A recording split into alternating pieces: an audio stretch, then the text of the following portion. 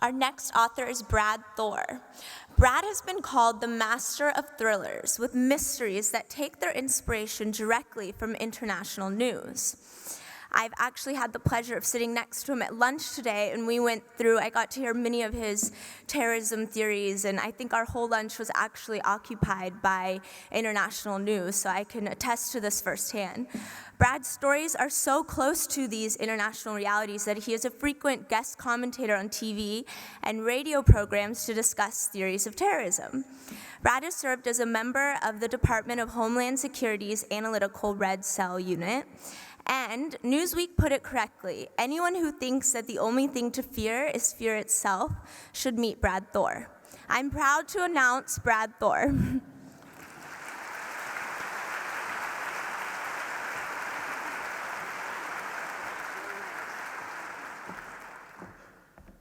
It was a very nice introduction. Thank you, Ashley. Thank you, President and Mrs. Bush, the committee, and all of you, ladies and gentlemen, for having me down here in Texas. Mary ruined my opening joke, which is I've never been to heaven, but I've been as close as I can be, which is coming to Texas.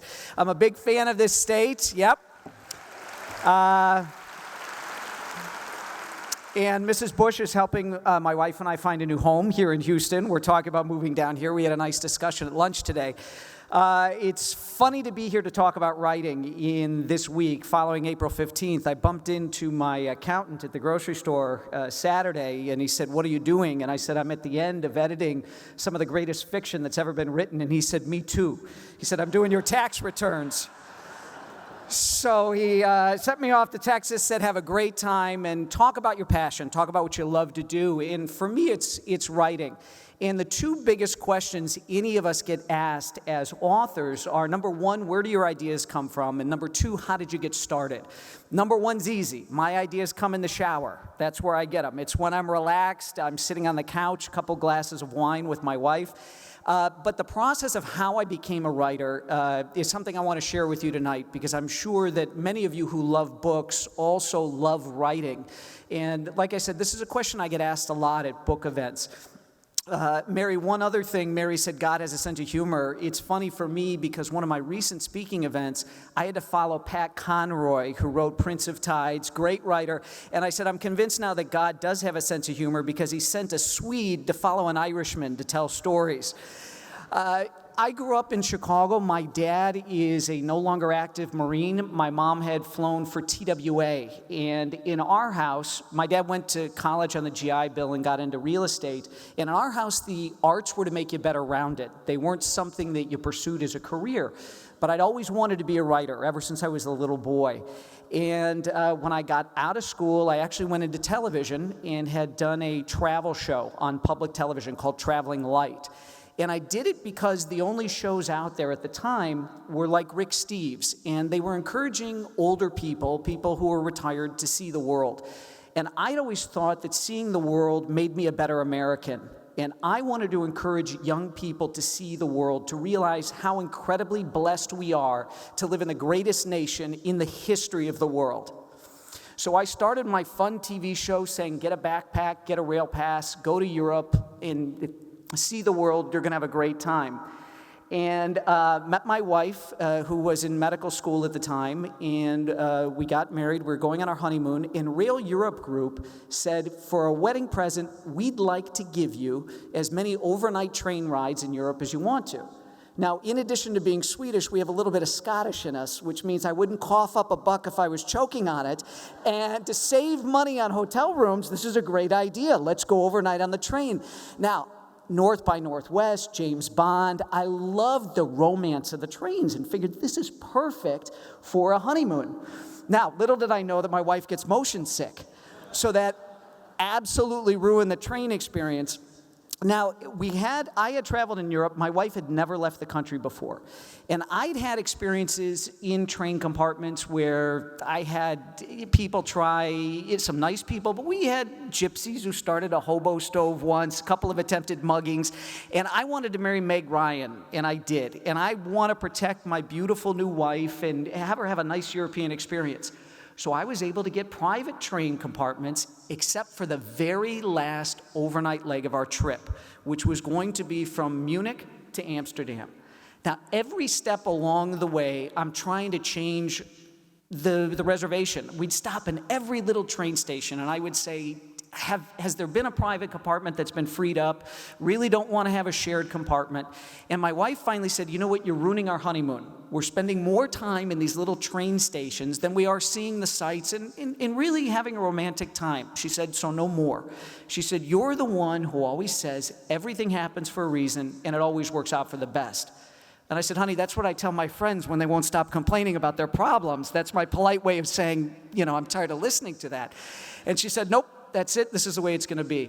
So we're sitting in Italy one night, and we're in a piazza having wine, and this is before that final overnight train ride, and she looked at me and she said, what would you regret on your deathbed never having done? And before I could grab the words out of the air and shove them right back in my big mouth, I said, writing a book and getting it published. My wife looked at me and she said, when we get home, you're going to start spending 2 hours of protected time every day, no phone, no fax, no email, making that dream come true. What could I say? My biggest, darkest secret was out there. My wife knew it. I couldn't admit she'd married a coward. I'm going to have to see this through. So I made that commitment that, okay, when we get home, I'm going to do that. Now, what's funny is, I don't know how many of you in here have ever been to Lucerne, Switzerland, but I did one of my television shows in Lucerne, and there is a beautiful monument. It's a dying lion with a spear broken off in its side that's carved into this cliff face. Mark Twain called it the most moving piece of rock in the world. It's called the Lion of Lucerne. And even when I was doing my TV show, I said, wow, if I ever write a book, The Lions of Lucerne, I like the alliteration of that. That would be a great title. I'll just have to figure out how to weave Switzerland into the story, but that'll be a perfect thriller title.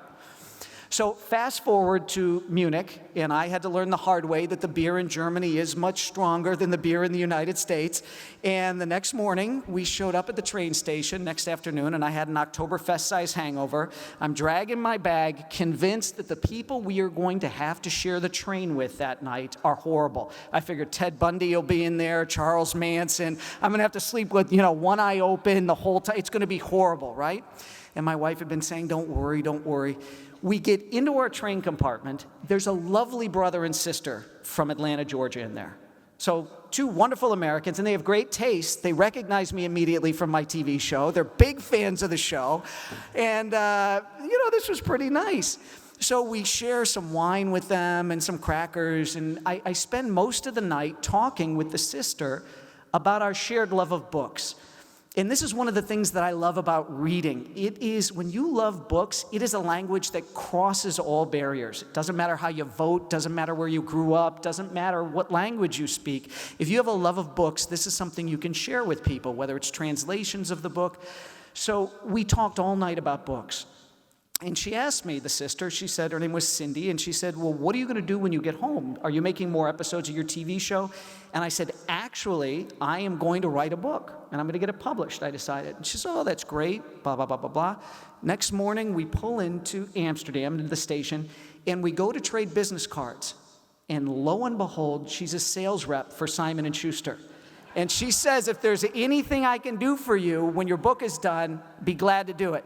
Now, I don't have to turn around to see my wife because I can feel the I told you so eyes burning into the back of my head. So we go in, it's pouring down rain in Amsterdam. And we go to our hotel, the room's not ready yet. I said, come on, how can the room not be ready? And the manager says, Mr. Thor, I know it's your honeymoon, I'm sorry. Little did I know that they had wanted to fill it with flowers, and we had surprised him by being a little bit early. And he said, there's a cafe right around the corner, good cafe, go there, have a cup of coffee, come back.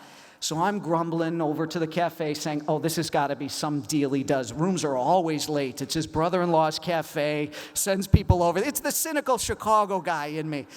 So we get there, and my wife, we sit down. My wife immediately pulls a book out of her purse. Louis L'Amour, the wonderful Western writer, was famous for always having a book in his back pocket. He could be standing on line at the post office, and he would open up his book and start reading. My wife's the same way. And I'm sitting there thinking, well, this is pretty interesting. I'm watching people pass outside, thinking, well, I'm going to write a book, and I've got a title for a book. All I need is a story.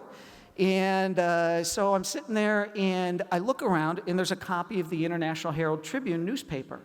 I pick up the newspaper and I'm saying, wow, lucky, I found an English language newspaper, and I'm looking through it, and I find a little intelligence brief. The column of newsprint was about that high, that wide, and it was an announcement of a Swiss intelligence officer that had embezzled all this money from the Swiss army and was training his own shadow militia high in the Alps with all these high-tech weapons. And I said, that's it. That's the Lions of Lucerne. That's the book I'm going to write.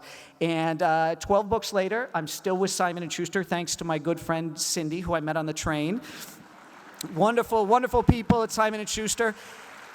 And what's neat is that joke with my accountant, I did bump into him last night. I arrived here in Houston. I finished writing doing the editing on the new book, sent it to New York. It's called Hidden Order, comes out in July, and I dedicated it to Cindy Jackson, that wonderful woman I met on the train that night. So if you forget anything that I've said, I want you to remember that anything really is possible. The reason I had wanted to be a writer forever. As a matter of fact, when I graduated college, I went to Paris for a while, and I ended up sending my laptop back home and traveled, and that's where I got the idea for the travel show, because I was afraid of failing. What would happen if nobody liked what I had written? What if I didn't get a book contract? What if none of that happened?